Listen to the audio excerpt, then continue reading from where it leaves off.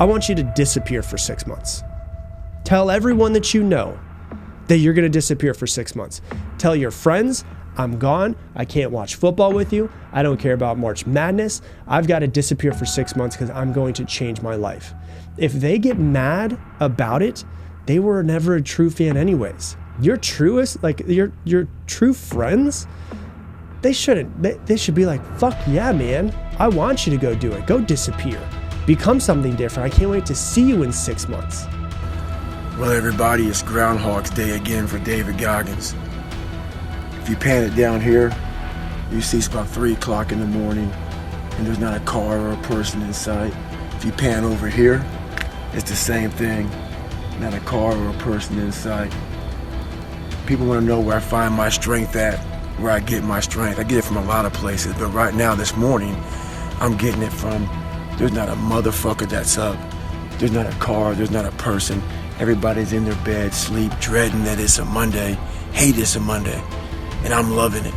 I'm loving that. Where everybody's getting weaker, I'm getting stronger. It's not about the running, the swimming, the push-ups, the sit-ups. It's about what those things do for your mentality. You don't get better on the daggone couch. You get better by coming out here and getting the fuck after it every daggone day. Getting better isn't a hack or a trick or a one change that you need to make. Getting better is a campaign. It's a campaign. It's a daily, a weekly, it's an hourly fight. An incessant fight that doesn't stop against weakness and against temptation and against laziness. It's a campaign of discipline. It's a campaign of hard work and dedication. It's waking up early and going to bed late and grinding out every second in between. Every single day. So, you want to get better? You want to self-improve? Stop looking for a shortcut and go find your alarm clock. And find your discipline. And find your guts and your passion and your drive and find your will. The purpose never leaves us because the very purpose is you. You are always the purpose. There may be another purpose, like being a SEAL or going to college or whatever, but the main purpose in life is you. There is no excuse for not living up to your fullest potential. No excuse. I told you, I didn't get a new daddy. I didn't get a new mama.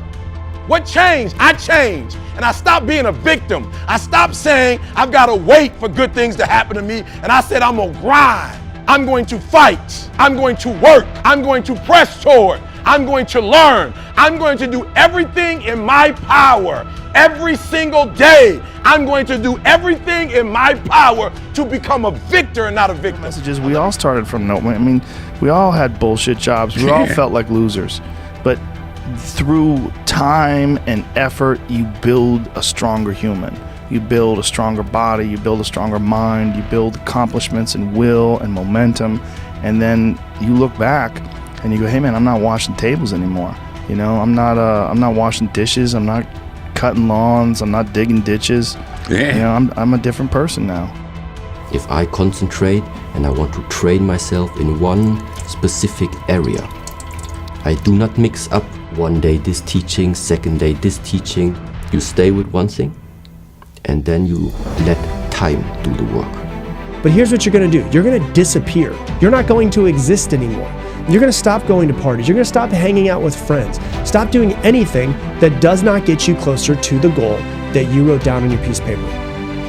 People have this reoccurring nightmare that there's something, some force that's got a hold of them and it's holding them down and they can't break free. No matter what they do, they can't break free from that force.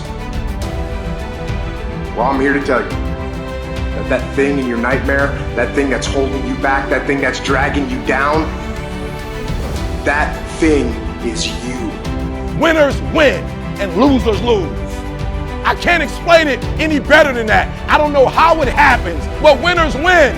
And if you create a culture of losing, if you keep being a victim, if you keep letting losing happen to you, if you keep letting people do you and treat you any kind of way, it's going to become a culture. How hard that training is, I don't expect anybody to understand it. but 1%. But the loud voices of this world are the 99% who don't understand exactly what you have to do. That's why when I speak and you don't understand me, it's probably a good thing. Because that probably means I'm in an area of life that you're not in, which is fine. That's why I don't judge people. And this guy right here judging that, unless you've been there and done that, and you really can't speak about it. The more responsibility you take on, the more meaning your life has. And the higher degree of responsibility that you agree voluntarily to try to bear, the richer your life will be. And no one's ever told that, and it's the case. You know, it's like you have 4 kids, say, well, that's plenty of responsibility. You're gonna have meaning.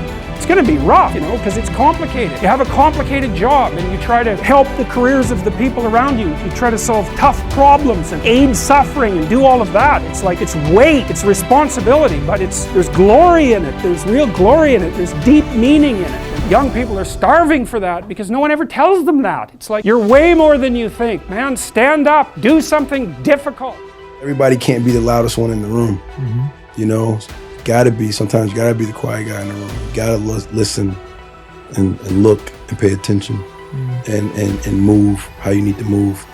The chess pieces, they have different rules and different movements for a reason, you know, and they're on the board in different places for a reason. And I know my place on the board. If you wake up in the morning and you don't want to do something, you don't care enough about yourself. And that's what you need to really research is, man, why am I not doing this for myself? Because that is the number one purpose in life, is to better oneself. So that's the only purpose I fucking need. You need to look at yourself in the mirror and say, why are you only giving 50%? What's wrong with you? You need to put yourself on punishment. You need to tell you no more TV, no more snacks, no more desserts. No, we working out now. You need to tell you that you owe you something. Your attitude has a giant effect, not just on your life, but on other people's lives around you. That's the other thing about it. Those I can't catch a break guys, get them the fuck away from me.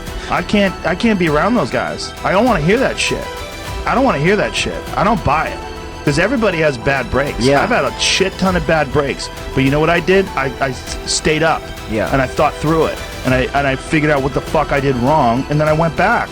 It's like, I fucked up everything I've ever done 100 times. There's no other way to do it. And I've had a bunch of shitty breaks. Everybody has. But you gotta realize when you have those shitty breaks what that is. It's an opportunity for you to reassess, reboot, get better, figure out another way, find another way through.